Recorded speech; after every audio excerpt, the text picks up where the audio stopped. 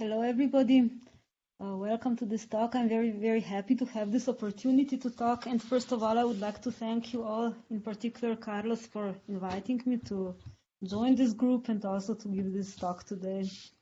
So I'm going to talk about discrete Morse theory in action. This last part of the title actually alludes to the fact that my two applications will be in some way associated with some kind of motion, so motion or dynamics or things like that. So what I want to get to today, if I will manage to, is how you can apply discrete Morse theory to two different environments where things are moving in some way or another. So here is a very short overview of the talk. I'm going to start with a short description of what discrete Morse theory is. I know that Jesus has given a talk on discrete Morse theory already, and I'm very glad that he has, because this means that it will be much easier for me to talk about this. So the second two topics will be parametric discrete Morse theory and fiberwise discrete Morse theory. And as I said, both of these have certain applications to moving things, moving in one way or another. So let me start with discrete Morse theory in a nutshell. So as you probably all know by now, this is a discrete version of smooth Morse theory, which was introduced by Robin Foreman in the 1990s. And in my opinion, this is a really beautiful piece of mathematics, in a way very simple, but with very elegant and beautiful consequences and applications. So as I said already before, a recommended source for discrete Morse theory is an earlier talk by Vidit Nanda in this series, and also by Jesus Gonzalez a few weeks ago. So discrete Morse theory is not a very old topic, but it has a multitude of applications to many different fields. So there are a lot of very efficient and good algorithms for computing homology, which are implemented in different computing environments. So here are just a couple of names, and I'm sure that I've left out many of them, for which I apologize. For example, I forgot to mention you, Jesus. I'm sorry. I will add this in my notes later on. So applications also go towards combinatorics, where there is a lot of work done by Kozlow and many other people too. Then I would like to mention my young colleague Nila Milosevic from Montenegro, who has a couple of applications to algebra. She's not the only one, but I would like to point her out since she's new to this community. Then, as you all know, we have papers by Serge Reisbaum and his co-author on distributed computing, and then applications to concurrency by Krzysztof Ziemianski, and also many other fields and examples of applications. And again, I would like to apologize to anybody who thinks that I have omitted many important names, because it's absolutely true.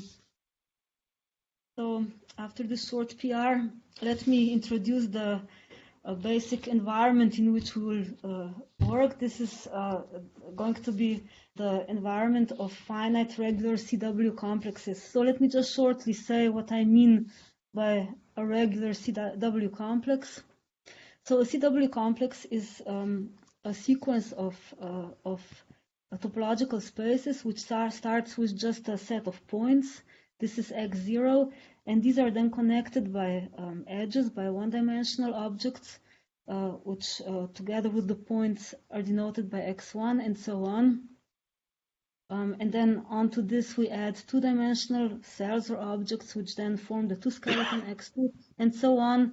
After finitely many spaces, steps, we construct in this way the whole CW complex X. So in general, of course, there could be infinitely many steps in this procedure, which would give an infinite dimensional CW complex, but we're not interested in that situation here. So these intermediate steps in the construction, these are called the I-skeleton. So the I-skeleton Xi is obtained by attaching to the previous skeleton I-dimensional cells via attaching maps. So these are maps which go from the boundary of the I-dimensional disk to I have to apologize. Yes, from the boundary of the I-dimensional disk, which is homeomorphic to the sphere of dimension I-1 into the I-1 skeleton. And there are finitely many of these cells in our case, so finitely many in each dimension. So here's an example of such an attaching map. So we present this disk of dimension I as the product of intervals, and then this is mapped onto the boundary of this, in our case, rectangle over here, is mapped to the one skeleton of the previous stage of our CW complex. So in this talk, we're going to restrict ourselves to regular CW complexes, which means that all these attaching maps, these maps phi ij, are all homeomorphisms onto their images, which in particular means that if we look at the characteristic maps of the cells of a CW complex in this case, so these are maps which actually glue this disk of dimension I onto the skeleton via this attaching map. So these are also all homeomorphic maps onto their images. So this is a very simple situation.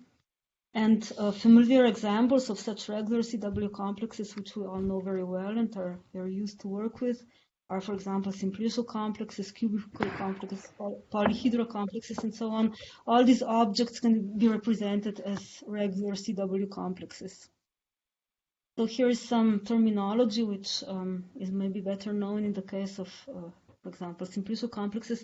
So we'll say that a cell of dimension j, where j is smaller than I, is a face of a cell sigma I if it lies in the boundary of sigma I in the CW complex. Okay, is this okay? Do you all agree? If I make any big mistakes, please let me know so that I correct them, but I hope this is fine. So this is the object that we'll be working on, and now we would like to define, there is one more important thing that we will use later on. So what is going to be important for us towards the end of this talk is that if we have two CW complexes of this type, then their product also has a natural CW structure. Okay, so this category of CW complexes is closed for Cartesian products. Now, what we would like to define is a special function which is defined on these kinds of objects. This is a discrete Morse function, and this is just a rule which associates a value to each cell in the complex. So although a CW complex is a topological object, we can look at it as a topological space and consider the points of the space.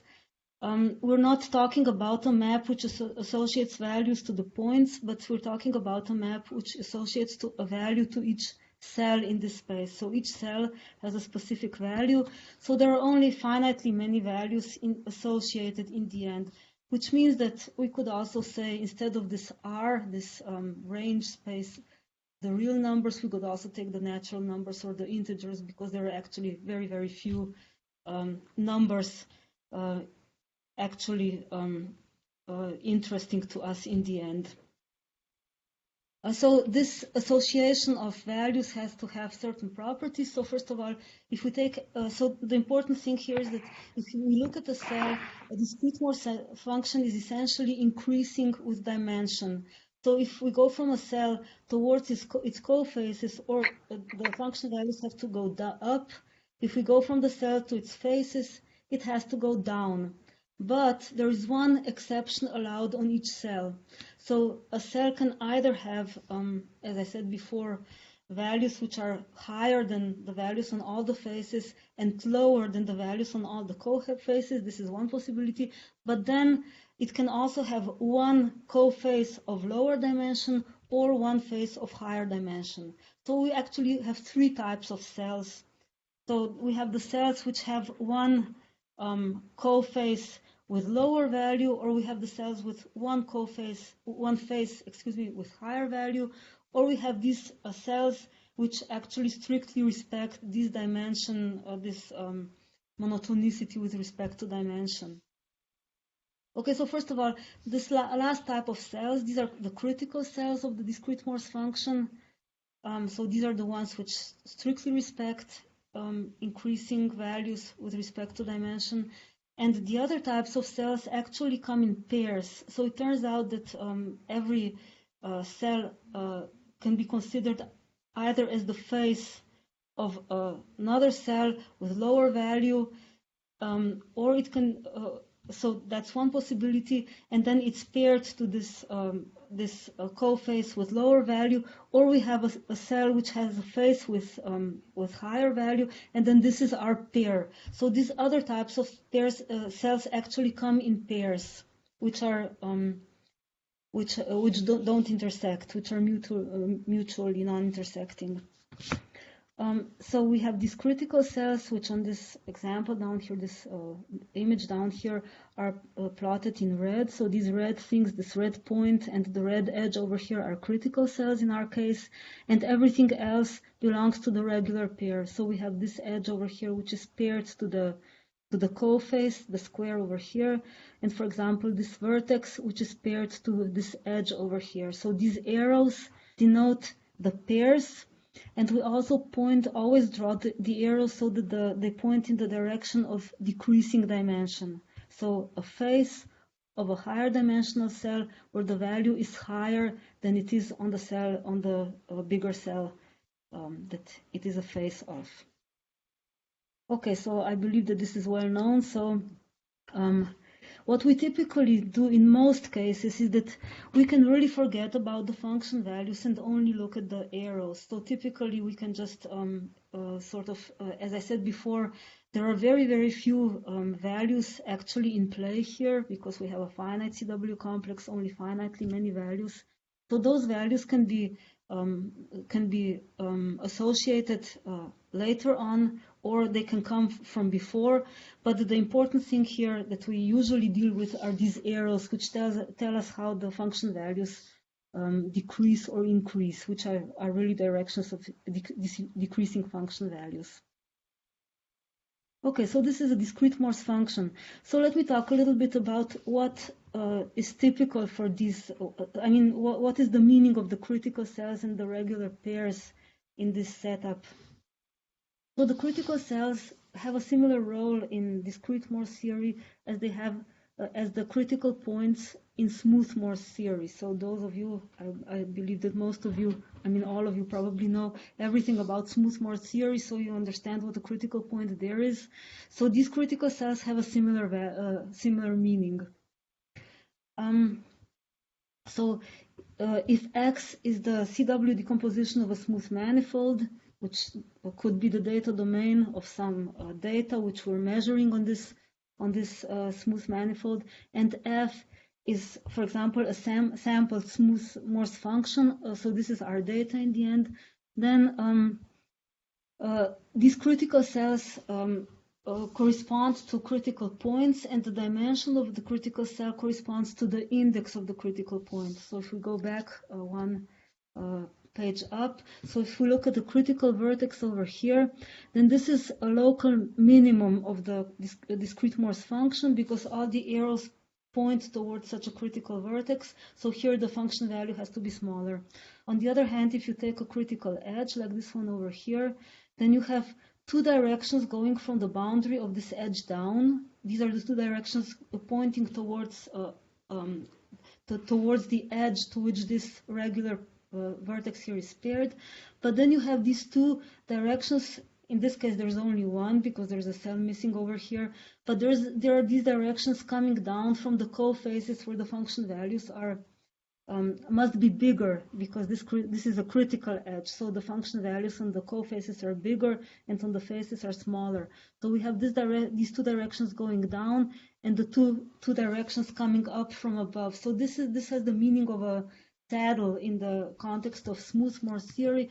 And then, of course, if the dimension is bigger than 2, like in our picture over there, we have these different kinds of saddles, which corresponds to saddles of different indices in smooth Morse theory. So these are saddles with different number of independent directions going down from such cells.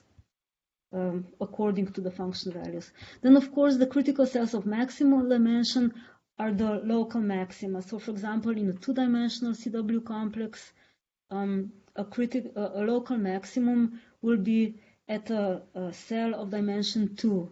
In a higher dimensional simplicial complex, a local maximum is always at a critical cell which has the maximal, well, not necessarily the maximal dimension, but which is not the face of any other cell. So it's like a principal cell.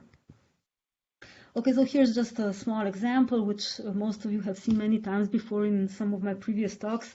So this is actually a torus, so you have to imagine that this side is glued to this one, and this side is glued to that one, and the numbers on these sides are just repeated, of course.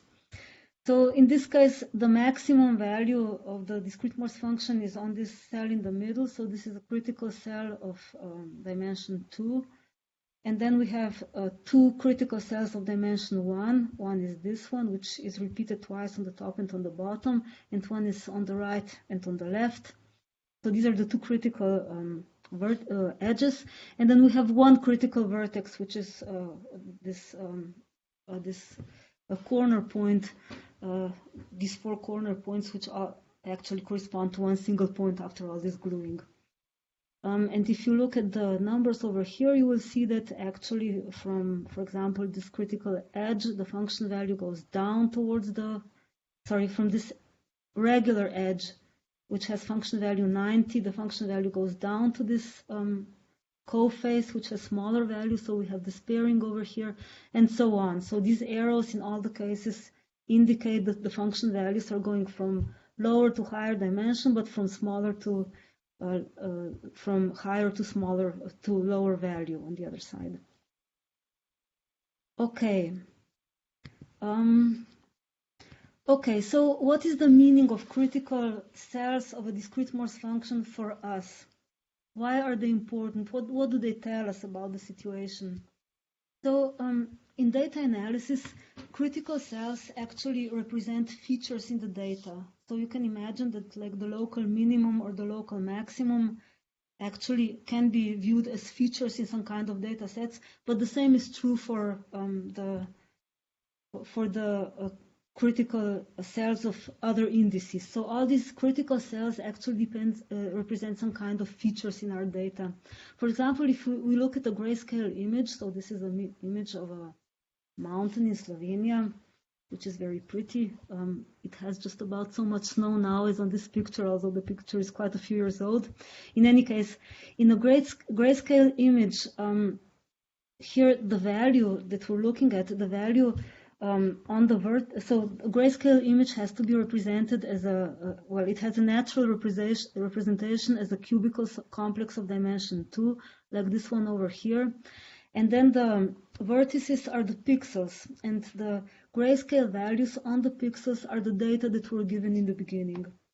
So there are various algorithms for extending these values which are given on the vertices, so this data that we have in the beginning, to the other elements of the complex that we're looking at. So we associate values, or at least arrows, to the edges and to the rectangles in our cubical complex. Since we have dimension 2, this is all we have to do. And this gives us a discrete Morse function. Okay, so what are the critical cells of this discrete Morse function now? Well, the critical vertices, these are the local minima, they'll be found inside the dark patches of the image. So the dark patches correspond to the minimal grayscale values, and here is where the critical vertices will be found. For example, there's a critical vertex over here, and there is one over here, and so on. The critical edges are going to be the bridges between two local minima, so between two dark patches. For example, there is a local dark patch here and one over here. So this edge connecting these two vertices, these two pixels, the one up here and the one down here, one of these edges will have to be a critical edge because it represents a bridge between these two local minima. It's like a saddle in the classical case. And the critical rectangles, the two-dimensional cells, are going to correspond, they will be found, they will correspond to the white patches in our image. So we can see that this discrete Morse function gives us a kind of a qualitative description of our image over here. It gives us some information about the features which appear in this image. So maybe this image is not the best example to think about discrete Morse theory because it's too complex, but there are many examples of, so there are actually also very many examples of applying discrete Morse theory to images in the literature, in the mathematical literature. So if there are any questions, please let me know. You're okay? Okay, then I'll continue. So this was true if you're looking at critical cells and thinking about the value of the discrete Morse function on the CW complex that we have. So this is some interpretation of critical points of the function as a function itself. But on the other hand, if we take just a general CW complex, then similar to the smooth case again, the critical cells are the ones which actually determine the shape of this CW complex, so the shape of the domain that we're looking at.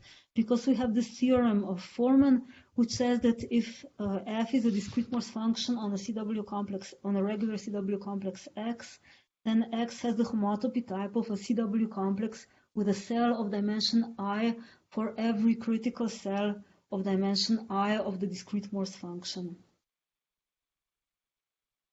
Okay, so this theorem actually tells us that discrete Morse theory gives us a way of simplifying the CW structure of our CW complex. So we can, instead of having all these many cells that we have in the beginning, if we have this discrete Morse function on here, we can reduce this number of cells to just the number corresponding to the number of critical cells of our discrete Morse function. And this is actually a property of this Morse function which is very, very strongly used in algorithms for computing homology, because instead of computing the CW homology on all the cells of the CW complex, we can simplify this, reduce the number of cells, and reduce the complexity of our computations due to that. So one of the simple consequences of this theorem is that so we have these Morse inequalities, which are similar to Morse inequalities in smooth Morse theory. So if Mi denotes the number of critical cells of the dimension I, we know that this number always has to be greater than or equal to the Betti number, the ith Betti number of the complex. And there are also other Morse inequalities which I didn't write down because this is not really that I am interested in right now. Okay, so these were critical cells. So let me repeat again. So the critical cells from one point of view represent features in our data. If our discrete Morse function is a sampled, a set of data points which represent samples of some values. On the other hand, critical cells are the information which comes from discrete Morse functions, which helps us compute the homology, which tells us something about the shape of the CW complex that we're looking at. So what about the regular pairs? Okay, so these were the critical cells. What about the pairs which are connected by these arrows? So the collection of all these regular pairs is called the discrete gradient vector field of F.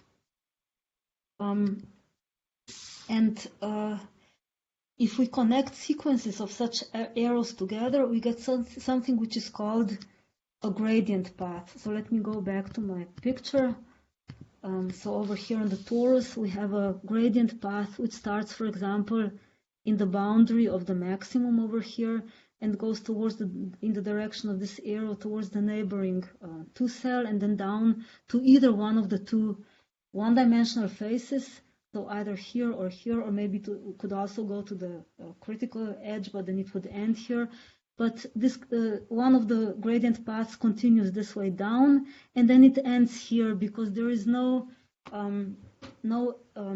face of this two-dimensional cell which would be connected onto another two-dimensional cell. So this gradient path, this initial definition of gradient paths, which were introduced by Foreman, restricts the gradient path to 2 dimensions. So we go between 2 dimensions. All these regular pairs are always regular pairs in the same dimension.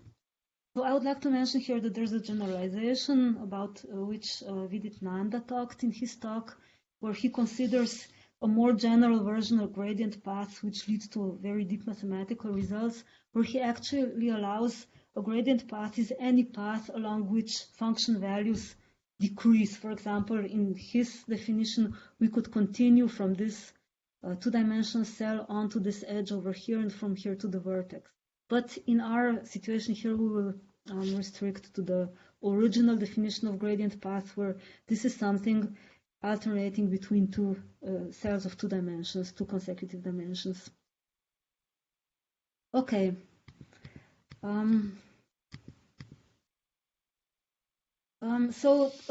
Gradient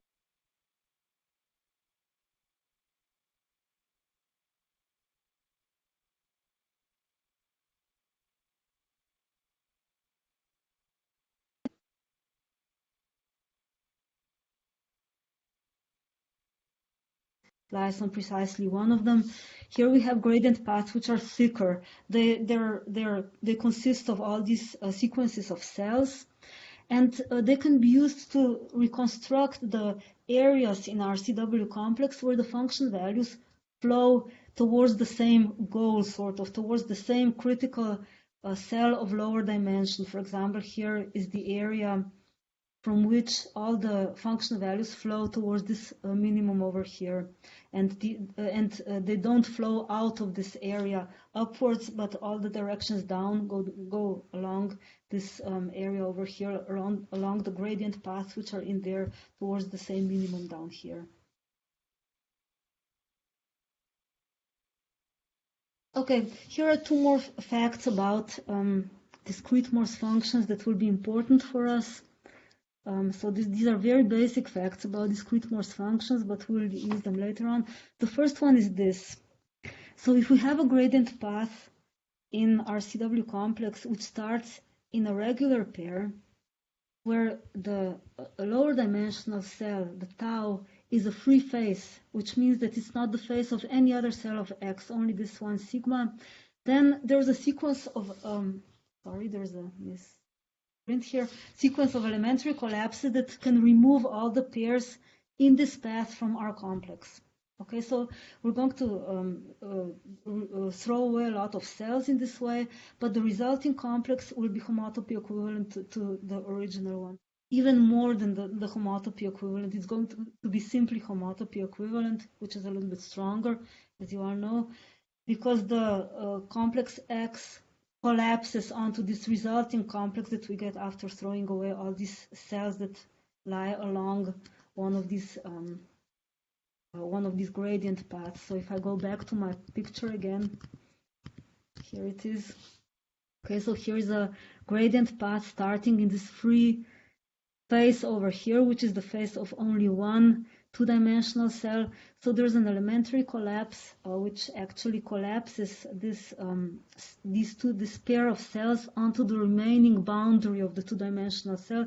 Just by one way to imagine this collapse is just to say, well, we're going to press along this arrow and just push all these points towards the boundary, and they all get somehow deformed into this remaining part of the boundary. So we've thrown away this face and this rectangle, and then we go on and we do the same with this resulting pair. So we collapse the edge and the square over here to the remaining part of the boundary here, and so on. So after these three collapses, all these cells which are included in this gradient, all these pairs of cells which are included in this gradient path will be removed, and we'll be left with only this shell, only this edge, this sequence of edges up here and the sequence of edges down here, and this part which contains the critical cells. Okay, so this is the first important fact that we have to keep in mind. So each such gradient path starting in a free face can be eliminated from our complex without changing its homotopy type. So the second important fact is that the following: if we have a discrete Morse function which has only one critical cell, so let me remind you, this discrete Morse function just associates one value to all the cells in our complex, and one of these values has to be the smallest possible. So this cell, which gets the smallest possible value, will have to be a critical cell, and it will have to be a vertex, because only the vertices can have this property that all the function values around them are higher. So if there is only one critical cell in our complex, then this cell must be a vertex. So this is the global minimum of the function. And in this case, X collapses onto this vertex. So the whole CW complex is collapsible in this case, which means contractible more generally. So how do these collapses go? Well, precisely along the gradient paths. So first of all, we have to notice that if there's only one critical cell, there's only one critical vertex, then the maximal value has to be on a free face. Okay, the maximal value of the function has to be on a free face, and this is where we can start our collapses and just follow the arrows which are given by the gradient vector field and collapse everything in the end towards the remaining vertex that we have. Okay, so these are actually very, very simple facts, very easy to see, but they will be important for us later on. Okay, so this is what I wanted to say about discrete Morse functions in general. Of course, there's a lot more that we could say about them, and already some of this has been said in this talk, so this is a very, very broad topic, but let me stop here because this is what I'm going to need later on for my two other situations. So, as I promised in my abstract, I would like to introduce two generalizations of these concepts of discrete Morse functions, which are in some way or another associated to some kind of motion, some kind of action. Okay, so the first one is parametric discrete Morse theory or parametric discrete Morse functions, which is actually very, very old work, joint work with Henry King and Kevin Knudsen, who was visiting Florida not long ago, or Tallahassee not long ago, if I understand correctly. Is that true? Do it? Oh. Well, anyway, that's what he said in the beginning. So the idea that we had, so this is a very, very old story already, is that discrete Morse theory could be used to track features through sequences of data sets.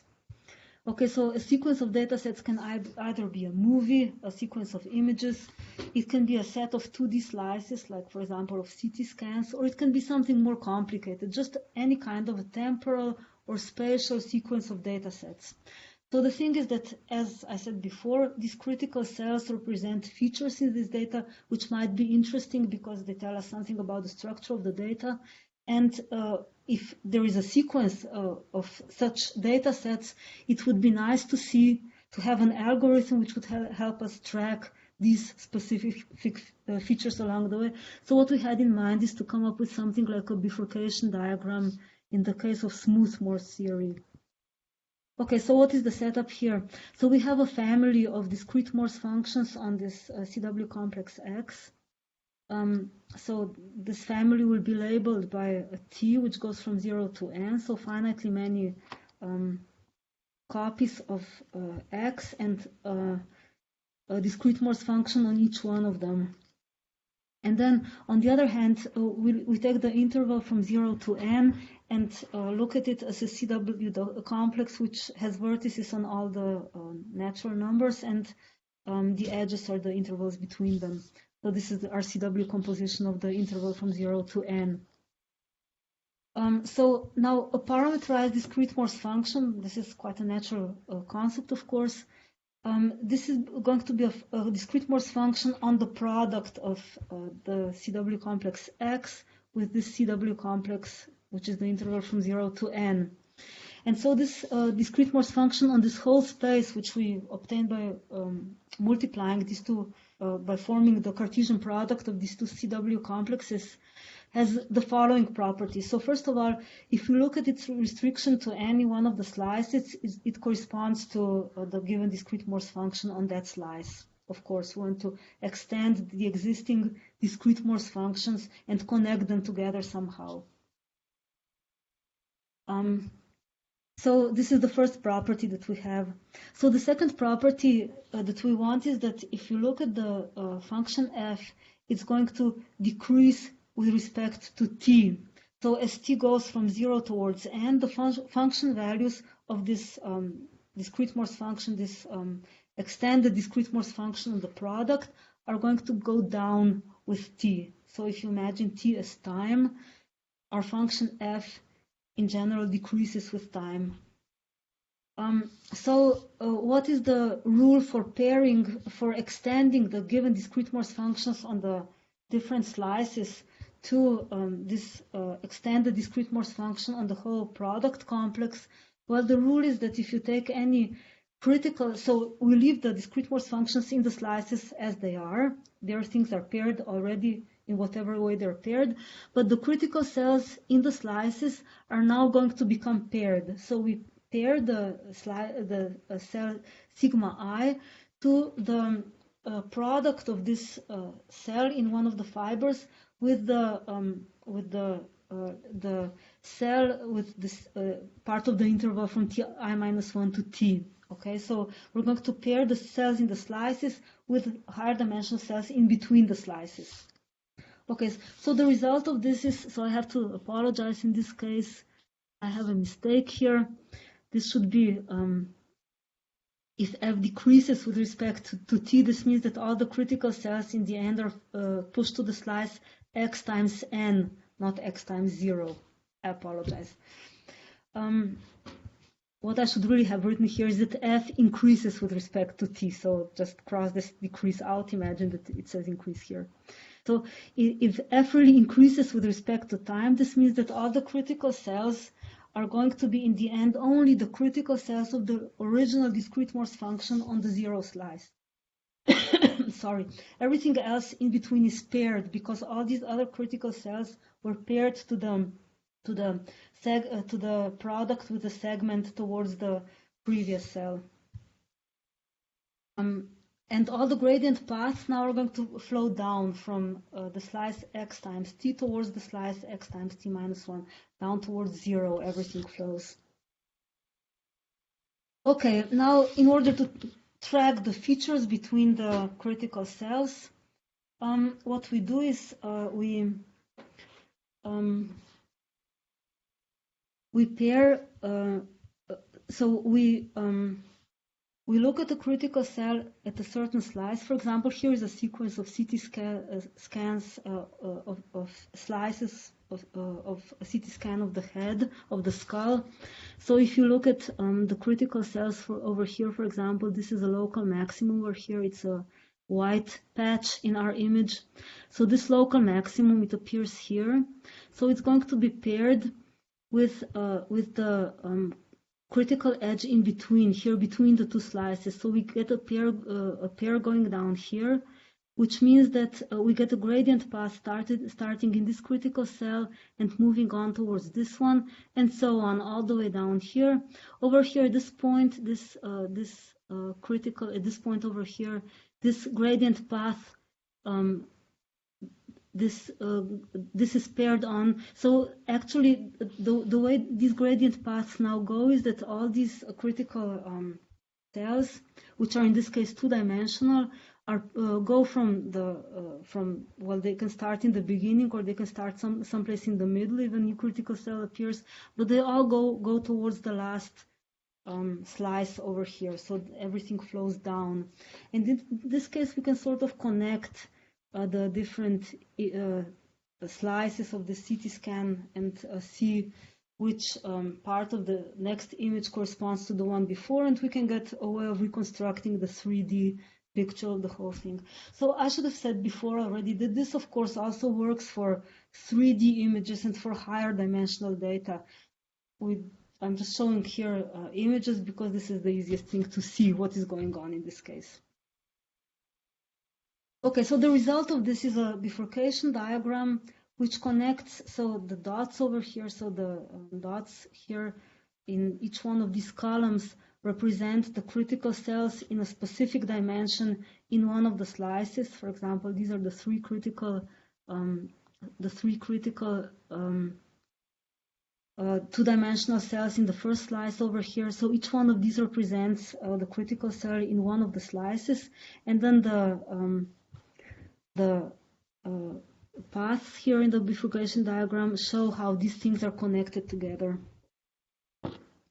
So this would then, this bifurcation diagram, which we get over here, which tells us how these things connect, this could then be used to reconstruct and to sort of glue together this, these separate images consistently, or just to follow the track of one of the critical cells. So, Neza, I've got a question. On Yeah, this, sure. on this CT scan you've got there, can this be used to do segmentation of the brain image? Usually you have to segment the thing into gray matter, white matter, and cerebrospinal fluid. So is that what this is used for, segmentation of the image itself? I could imagine that it could be used. I don't know if it is or not used for that, but I could imagine that this is one possible way application that one could think of, because, okay, let's see.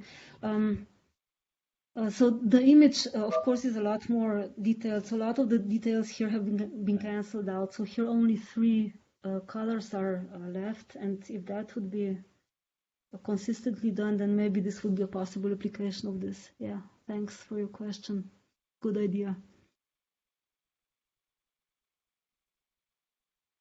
Okay, any more questions? Okay, well, if not... Well, so, yes. Yeah. Actually, I have one question because it's exactly in the same slide, so I'd rather do it now.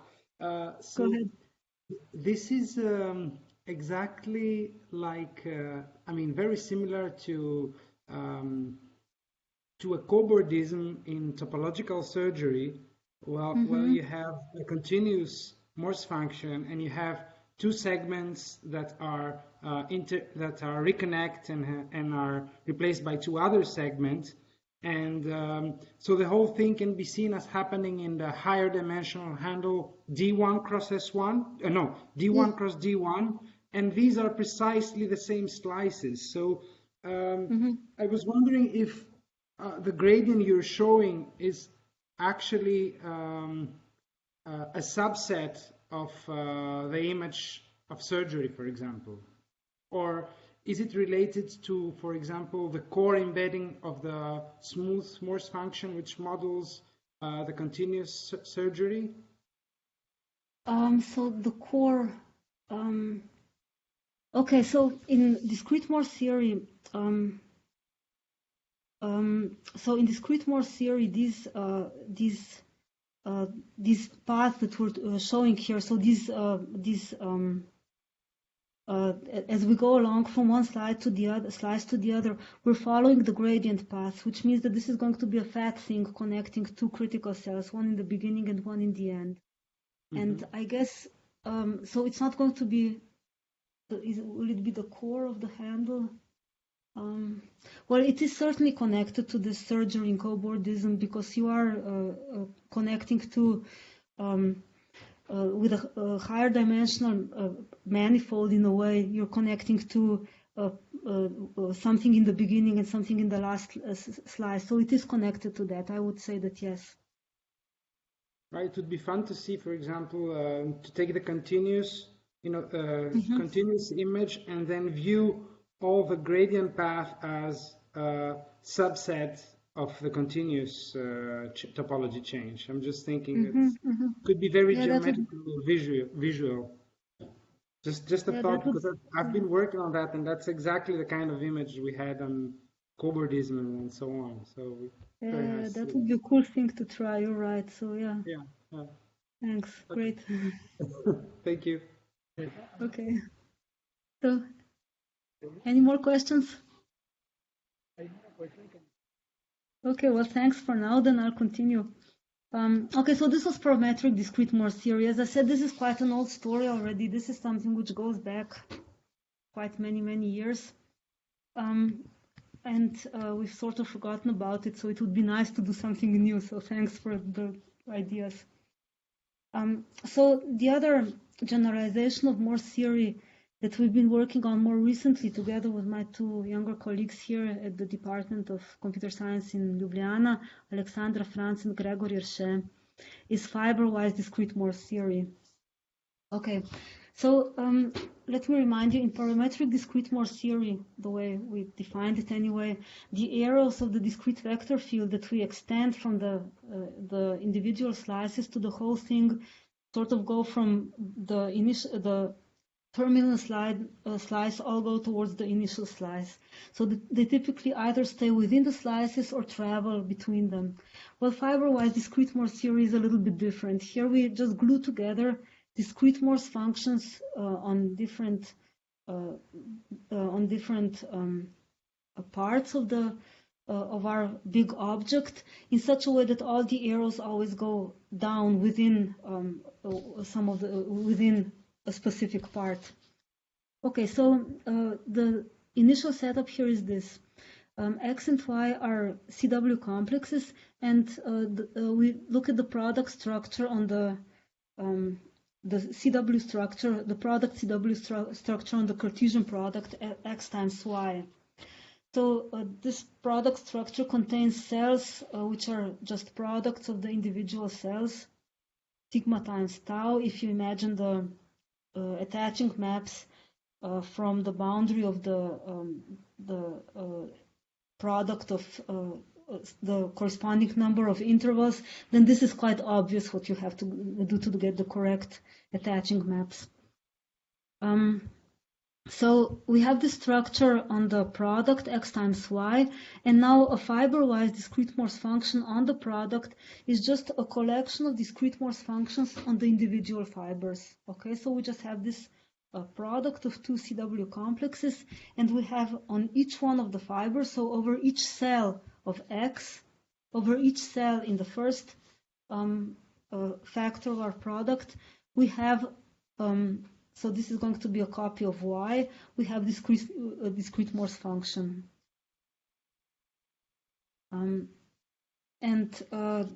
Each one of these discrete Morse functions generates a discrete gradient vector field, which is then called the fiberwise discrete vector field.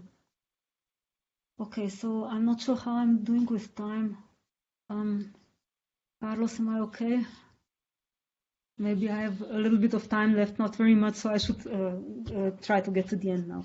So, as I said, there are no fibers between, no arrows between the fibers. Everything stays within the same fiber. Okay, and now we say that the fiberwise discrete vector field is fiberwise consistent. So we have to glue these things together somehow in the following case. If we have two cells of X which intersect somehow, for example, X is down here and Y is up here. So if we have this cell and this cell which intersect, and if there's a regular pair in, for example, above this cell, so this is the pair which connects this edge to this rectangle down here, and then we have a regular pair over here connecting the vertex to this edge, we would say that these two arrows are consistent because the same pair the same pair of cells is paired in the same way in the two fibers. Okay, so this is the condition that we have. If this is true that either these pairs are consistent, or if they're not consistent, for example, in this case, this edge is paired to the rectangle, or maybe in this case, rather, the edge is paired to the edge over here, but here the edge is critical, then in this case, since the vector field goes in a different way or is different, we're going to make this edge and this whole cell over here critical. So as long as things are paired consistently, that's fine. If they're not paired consistently, then or something goes wrong, the arrows go in a different direction, we have to have something critical in between. So all these pair arrows have to point in the same direction in between neighboring fibers. Okay, so here's another consistent, fiberwise consistent vector field over S2. Okay, so the application of this concept goes to topological complexity, which was introduced by Farber in 2003, and here again we have a recommended source in this series of talks by Jesus Gonzalez. So topological complexity of a CW complex can be defined as the minimal number of subsets of the product X by X, such that they together cover the whole product, and every one of them has the property that its inclusion is homotopic to a map with image on the diagonal. Okay, so we can push all these subsets of the product homotopically onto the diagonal. Okay, so this motivation comes from robotics. So the motion here is associated to robotics. The motion before was associated to movies. If X is the configuration space of a mechanical device, then these UIs, which have this property, will be the basis for defining a continuous motion planner. So on such a UI, you can define an algorithm that returns a path from every point in this UI, which is a subset of the product. So every pair X, Y from X, we have a path going from X to Y, but these paths, all of them, are continuous with respect to the initial and the terminal point. So this is an important notion that Jesus knows very much about, much more than I do. So what I'm going to just say is just shortly explain how we can use fiberwise discrete Morse theory to construct such local domains, UI. Actually, how we can come up with a relatively easily implementable algorithm for them. So a local domain would be a subset of the product, such that if you look at the restriction to each fiber, so over every cell, this is going to be a subcomplex of excuse me, this should be an X over here, subcomplex of X. And the other condition is that there exists a fiberwise consistent discrete vector fields such that all the critical cells are on the diagonal. Okay, so if everything is on the diagonal, this means that we will be able to collapse everything else along each fiber onto the diagonal. Okay, so this can be done by associating arrows to cells in some way, which is there exists algorithms for that. And essentially, the two conditions that we stated here tell us that we will actually get local domains because of the second condition, every subcomplex will be collapsible, and because of this first condition and of the fiberwise consistency, this all these collapses together will define a continuous map on the whole local domain U, which will be homotopy equivalent to the inclusion of U into the product. And this is what I wanted to tell you today. So thank you very much for your attention.